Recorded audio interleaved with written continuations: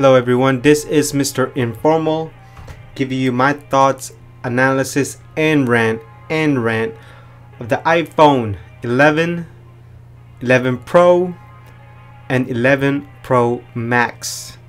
Yes, I am giving you my thoughts, analysis, and rant of the newly announced iPhone devices by Apple. It's pretty obvious that they did their keynotes today by invitation only at the Steve Jobs auditorium at Apple HQ. And so the model names is the Apple iPhone 11, the iPhone 11 Pro, and the iPhone 11 Pro Max. No more of the Roman numerals of the X, the XR, and the XS. And XS Pro or XS Max, whatever the previous name was. So let me give you my final thoughts on this one right away, okay? I'm going to let you know right now, it's overpriced, nothing special about this, underwhelmed. I wasn't really expecting a lot, even with the rumors, and then no need for you to upgrade if you have the X or the XS, even if you have the XR. So no need to upgrade, overpriced, and finally there is nothing groundbreaking about these new models. But let's get into the specs of this. Okay, so let's start with the 11, and I'm just gonna speak about the major change. Okay, so it's in terms of display, it's gonna have 6.1 inch screen, 828 by 1792 pixel, 19 by 5 ratio, and then scratch resistant glass with oleophobic coating. It comes with iOS 13. It suddenly has the Apple A13 Bionic chipset. The storage is 64 gigs, 128 gig, and 256 gig, and all of them will have 4 gigs of RAM. Another major change is that it will now have two cameras: 12 megapixels f1.8 26mm at the wide end with OIS, and then ultra wide 12 megapixels f2.4 no OIS. And then on the front, it has 12 megapixel f2.2 no OIS. The video features are 4K 2430 and 60 frames per second. 1080 is 30, 60, 120, and 240 frames per second, which means it has slow motion capability if you want to do that. And then on the front end, it's the same thing: 4K 24, 30, 60, and then 1080 is 30, 60, 120. It will have Dolby Atmos stereo sounds, Bluetooth 5.0 but no aptX. USB is 2.0, no USB-C. It still has Lightning, which is disappointed, but I will get to that. Has Face ID, no fingerprint scanner. The battery has improved. It is now 33,110, and the two new colors will be these are the colors: the black, green, yellow, purple, red, white. And so they also come with lavender, and also what's this, the lavender and the teal, I think. Yeah, the teal, or you can even call it green. And so those are it. So let's get on with the 11 Pro and 11 Pro Max. And I'm just gonna call it Pro and Pro Max because you already know what I'm speaking about when it comes to the 11s. So the 11 will come in 5.8 inches, and the Max would be 6.5. Both of them have OLED. The screen display is 1125 by 2436 on the Pro, 1242 2688 on the Max, and both have 19.5. It has a Dolby Vision, HDR10, wide color gamut, 120 Hz on the display. It comes with, in terms of storage, 64, 256, and 512, 6 gigs of RAM across the storage, iOS 13, and it has a Apple A13. And then the major change is in the back, which is the camera modules and also the camera's design, which is, I think, is ugly, but I will get that later.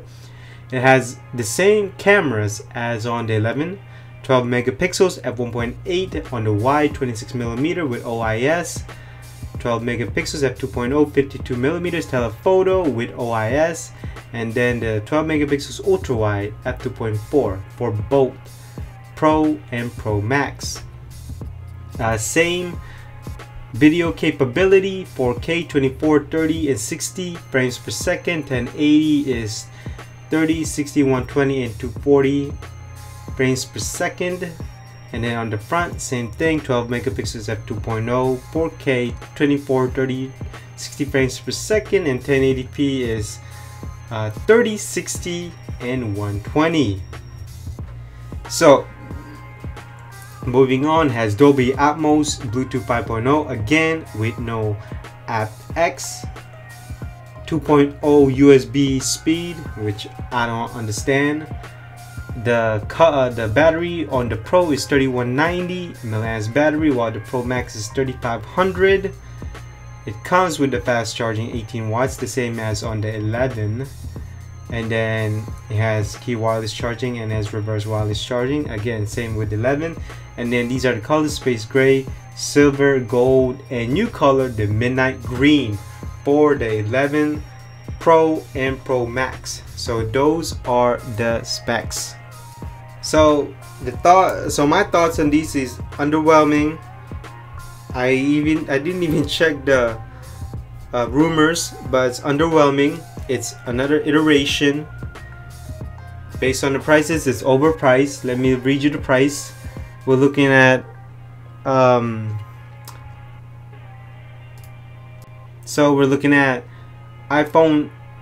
11 $699 for the base price, 11 Pro $1,000, and Pro Max at $1,100. And that's the base, which means it will come 64 gigs. And so depending on the country you are, it's even gonna go up. So nothing special, it's overpriced, it's underwhelming, no major upgrades. And I will get to that Pro name. Would they call it Pro? Because based on the keynote, they're touting this to the videographers, meaning it has great resolution, the 4K frame speeds. You can edit and create movies out of this, has great mics and all of that,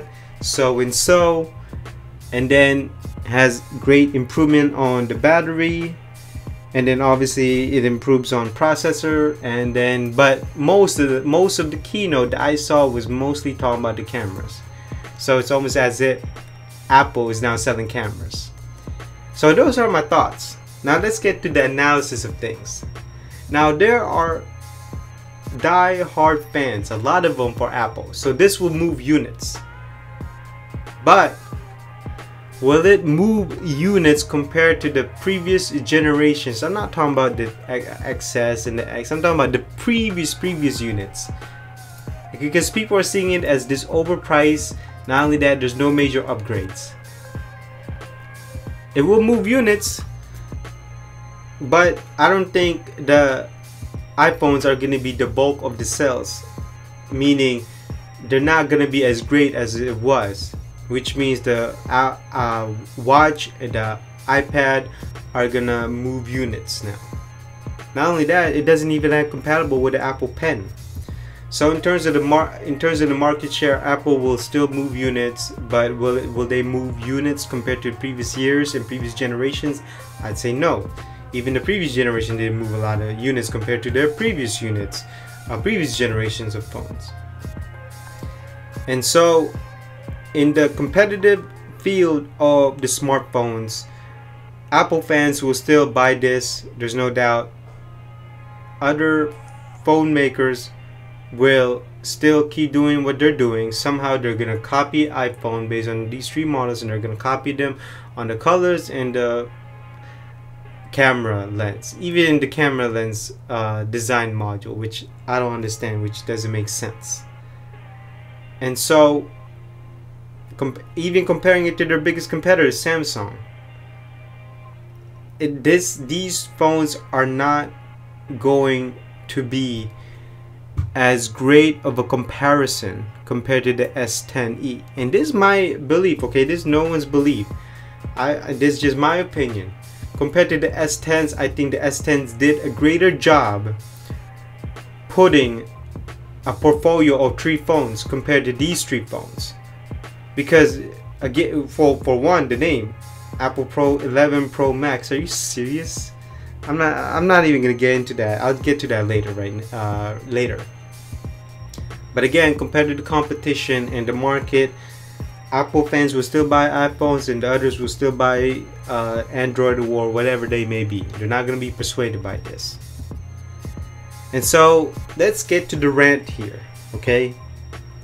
So let's talk about the Pro first. The first Pro. So we got the 11 Pro and the 11 Pro Max. We get a 5.8 and a 6.5. So number 1, USB Type-C.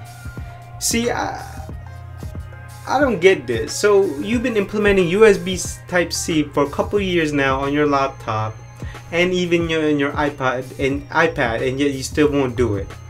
Not only that, my biggest issue of it, okay, fine, you want to do Lightning, but why is the transfer speed still at 2.0?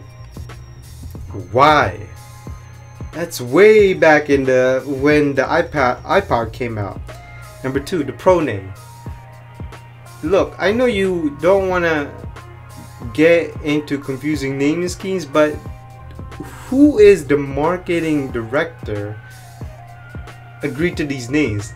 11, 11 Pro, and 11 Pro Max. The Pro Max is terrible. 11 Pro Max. So it's a Pro and it's also Max. It's a maximum Pro, but they're touting Pro as a professional. But these phones are not even professional class or even professional grade, which doesn't make sense to me. Basically, the word Pro has been dumbed down. It's basically not special anymore. The word Pro is just another gimmick name nowadays.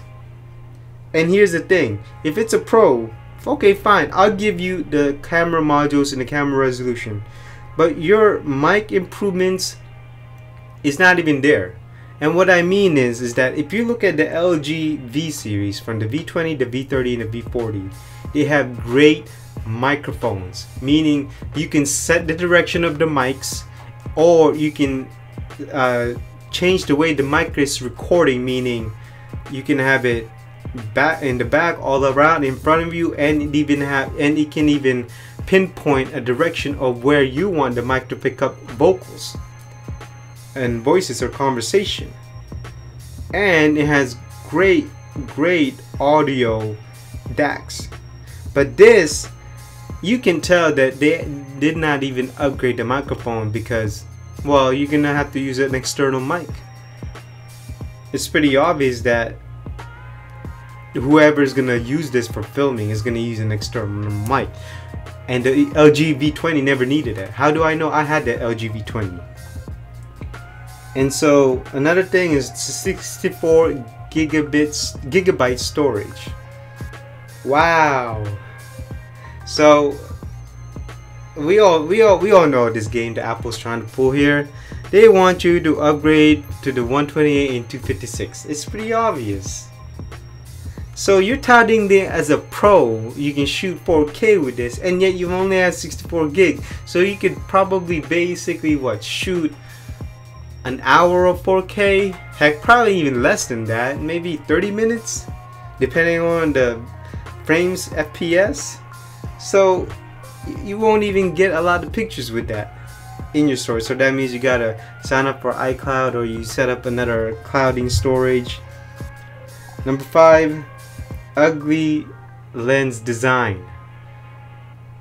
You know, I was reading the comments from a website, and somebody brought up, if Steve Jobs was alive, he would never allow this camera design on the back. And I thought to myself, well, Steve Jobs made a lot of bad designs in his previous years.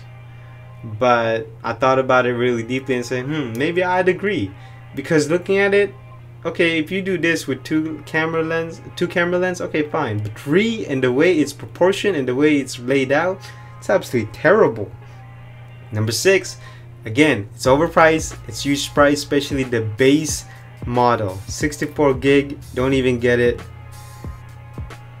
And then 7 is the naming schemes. It's pretty obvious. I know I brought that up earlier, but iPhone 11, 11 Pro, and 11 Pro Max, unbelievable. And so let's get on my rant, the iPhone 11. It's not a lot, but it's going to be similar to the Pro. USB Type-C, we already got to that. Ugly camera design, 60 gigabit storage. And then number 4, the low battery. Why did I say low battery? And I'll tell you why. Even though it's a little bit of improvement from the XR, I'll tell you why. So the 11 is 6.1 inch screen. The Pro is 5.8. But check this out. The 11 only has 3110 battery capacity. And remember, this is big, the screen is bigger, and so the footprint design is bigger than the 11 Pro.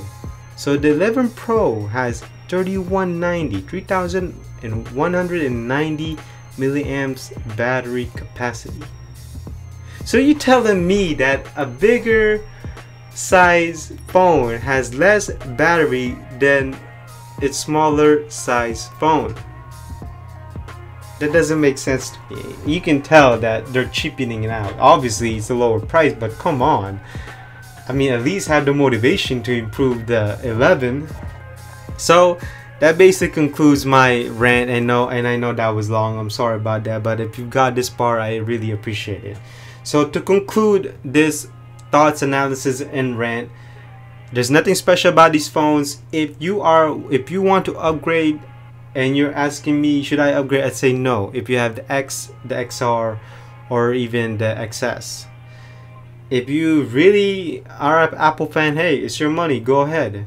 But if you definitively want to know how I feel about that, it's underwhelming, it's overpriced, don't even upgrade if you have last year's iPhone.